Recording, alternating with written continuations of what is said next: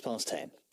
Oxfordshire News, Oxfordshire Life. Malcolm Boydham. BBC Radio Oxford. Be part of it. Thank you, Tom. Morning. Did you see the tennis? Have you been asked that yet? Ah, dear. Good old Andy. It's Malcolm Boydham. It's Monday morning. It's July the 8th. It's BBC Radio Oxford. I'm here until 1 o'clock. Hope you're well. Dry, hot and sunny today. 29 is 84. Banbury, top temperature in Oxfordshire. Well done, Banbury. You're swelter today, Banbury. Warm tonight as well. Your low temperature 12, that's 54. And Tuesday, hot and sunny again. Plenty of sunshine. A light northeasterly wind. 28 is 82. And for the rest of the week, generally warm or very warm, which is good because we're going for a big picnic on Friday. Oh, you're very welcome to join us. Bring your sun cream and your hat. I'll tell you where we'll be between now and 1. Loads to do, actually, between now and 1, including how whiskey fan Tim from Kidlington has landed the prize of a lifetime. We're meeting Laura Wright, the rugby-playing opera singer. She's got a date with Her Majesty this week, on Thursday it is.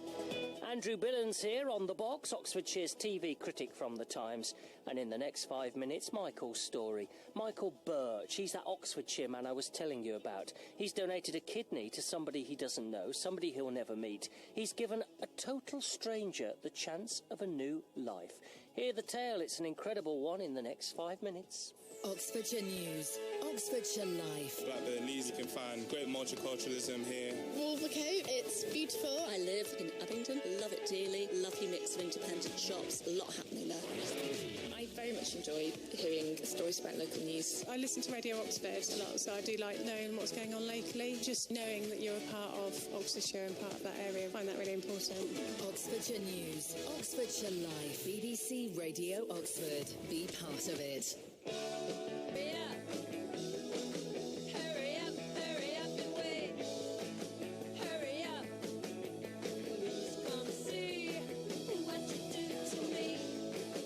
That's Blondie. Good morning. Monday morning. 03459 311 111, the telephone number. Do you think Murray's victory yesterday was the greatest moment in British sporting history? Some say yes. Do you agree? Text 81333. We'll debate that between now and 1 o'clock. 81333 on the text. Start your message with the word Oxford. I'm malcolm.boyden at bbc.co.uk. Organ donation. It's a subject that's very close to our hearts on this show. You might remember just before Christmas, our greatest gift campaign saw many of you, including me and the team, join the NHS Organ Donor Register. So in your death, you could be giving somebody else the chance of a new life. But in the last 2 years, there's also been a rise in the number of altruistic donors in the UK. What's that? I'll tell you. It's living donors who are prepared to give organs to people that they don't know. My first guest this morning has done just that. He's given a total stranger a chance of a new life. Michael has donated his kidney. He'll probably never know who he's helped.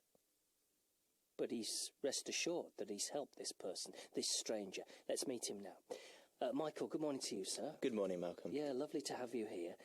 What made you give up an organ? What made you give up your kidney to a stranger? Why did you do it?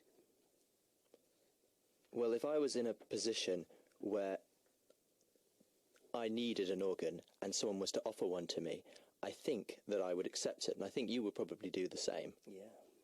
And if I'm willing to accept an organ, it should only be right that I'm also willing to donate an organ in the same capacity. I mean, it's much more commonplace for people to donate blood, and I've been donating blood for a long time beforehand, and I donate blood in the knowledge that if I ever needed any, there'll be plenty for me to receive. And I think that's half the reason anyone would give blood. You know, I give blood so I know there's also blood available for me. Now, I'm on the Organ Donors Register. I'm happy to give my organs when I die to give life to other people. But giving organs while you're alive and well, that's another story, isn't it? That's something different. I don't think it's I don't think it carries a great deal of ramification like you might imagine. Obviously, I've taken some time off work, and there was a long series of tests that had to be done beforehand, but it shouldn't have any major impact on my quality of life or even my life expectancy. So was there a moment when you thought, yeah, I'm going to do this. I give blood, as you've just explained. Now I'm going to take a leap forward. I'm going to take this on. I'm going to donate my kidney. Was there a moment when that happened? Was it a gradual process? That's a very good question. Well, altruistic donation only became legal in the UK in 2006. In this country, we're very cautious about what happens to people's body organs. It's very tightly regulated. So altruistic donation, that's to say a live donor to someone you don't know, only became legal in 2006. And there was a bit of press about it at the time, and that's when it first caught my attention. I suppose it would have been sometime in 2011 I finally came to the decision that I would definitely begin the process of getting the ball started. It wasn't a decision I took lightly. I did have to give it a lot of thought. You mentioned you had to go through tests. What sort of tests? So you've made up your mind. What happens next? Okay, so the kind of test they do is you obviously have a chest x-ray. They test the function of your kidneys. They'll test you for all kinds of diseases which I probably don't know anything about. For example, a diabetic wouldn't be able to go through this procedure. Yeah. And then there's also things like a psychiatric assessment. So they make sure that you're donating for the right reasons, you're of sound mind to be able to do it. And then one which I found really interesting was an assessment by an independent individual who didn't work for the NHS. And their job was to make sure that the NHS was doing their role properly. It was quite exhaustive, all in all. Yeah. But you always felt as if you had the support once you'd made up your mind, did you? Oh, yeah, 100%.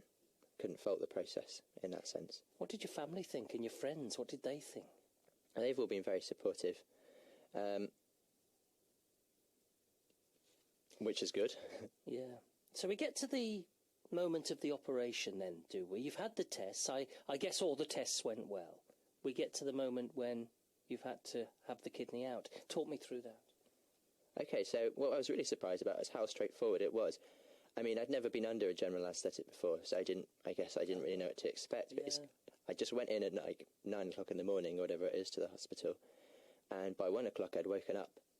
And it was just like having dozed off for no time at all. Yeah, of course. And I was in on the Friday, came out on the Monday. And before the end of the week, I'd stopped taking painkillers. Really? Mm. You must have been groggy when you woke up.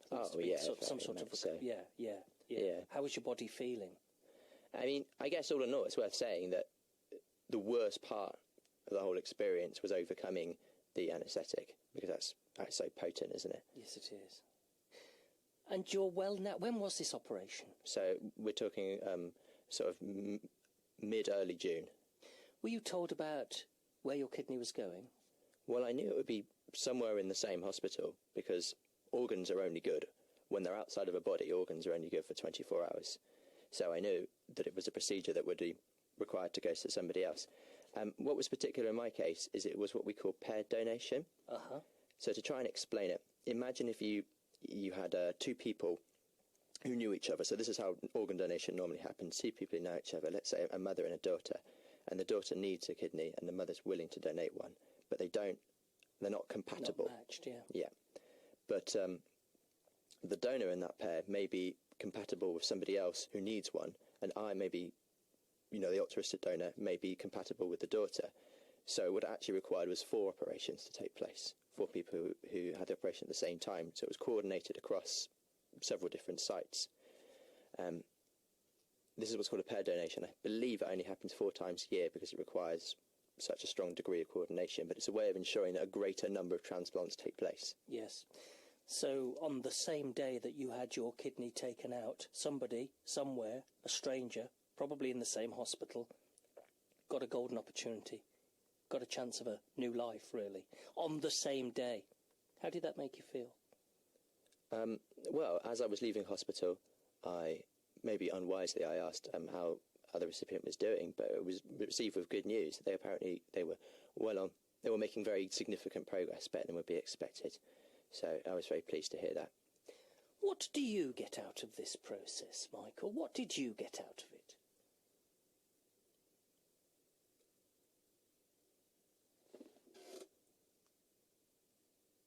That's one to think about, isn't it? Satisfaction in the knowledge that somebody else benefited from your generosity, I suppose. Do you look at it that way even? I suppose there's some gratification in knowing that the total sum of human happiness has been increased, but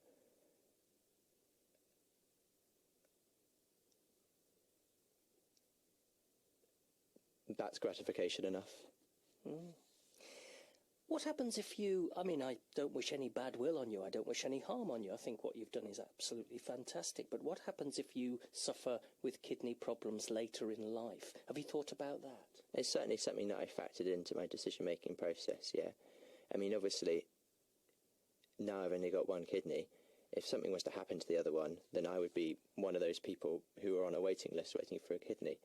But I mean, if we factor in the probability of something happening and, like, the ramifications if this misfortune was to happen, although I have thought about these things, it's hard to use that as a justification for not donating. Yeah. Given the benefit it would give to somebody else. Yes, which is life-saving, life-changing. Would you encourage other people to do what you've done? I think the word encourage might be too strong a word. I don't think I'd encourage someone to give an organ, but certainly what I have found in just having ordinary conversations is a lot of people were entirely unaware that altruistic can be done. Can be done, yeah. And upon knowing about it, suddenly showed a lot more interest. So I wouldn't encourage anyone to donate, but I would encourage people to be aware that such a thing can take place. And I mentioned your friends and family earlier on and how supportive they've been, and you said they were very supportive in the run-up to it. How have they reacted now it's all taken place? How have they reacted to the fact that you've done it? Yeah, they seem to sing my praises. Yeah. You're very modest, aren't you? I think it would be a terrible shame if your ego was to, like, somehow be affected by a process like this. Yeah, I understand. I've had an awful lot of time to, like, think about it and to normalise it. Yes. What about the recipient? I said earlier on, and I don't know if this is true, so you'll have to put me right on this. I said it would probably be somebody who you would never ever meet in your life, somebody who you would never know, a total stranger. Will it be, do you think? Or will there be the chance, do you want the chance of meeting the person that you gave your kidney to? Now, that is a very good question. And during the process, so this whole process, it took me 1.5 years from beginning to end. And in it, obviously, this question was raised in several different ways. And they said, well, look, if there was the possibility of a meeting, if both parties consented, where would you stand on that? And I thought about this, and I can't think of a particular reason why I would or wouldn't want to meet the recipient. So, but I wouldn't mind meeting them. So if they wanted to meet me, I wouldn't want to, decline on the opportunity. So in that sense, I would consent to a meeting. But I can't think of a good reason one way or the other to make a case for meeting or not meeting them. We've spoken a lot on this show about organ donation, and we had our greatest gift campaign just before Christmas. And Michael, everybody I met, every single person I've met since as well, who has been fortunate enough to have been donated an organ, has said, I think about the person that gave it to me every single day. Every single day. So there'll be somebody out there now who, even if you don't meet them, and even if you don't ever get the chance to speak to them or write to them, will be saying to you, thank you. That must make you feel quite happy. It's very touching, isn't it? Yeah. Well, it's nice that we could make a positive impact on other people's lives. Would you do it again? I'm not saying give away another organ, because you've got to protect the organs you've got. But let's take it back to that beginning of the process. Would you go through it again? Has it been worth it, I suppose, is what I'm asking. Yeah, I think I can say with confidence that it has been.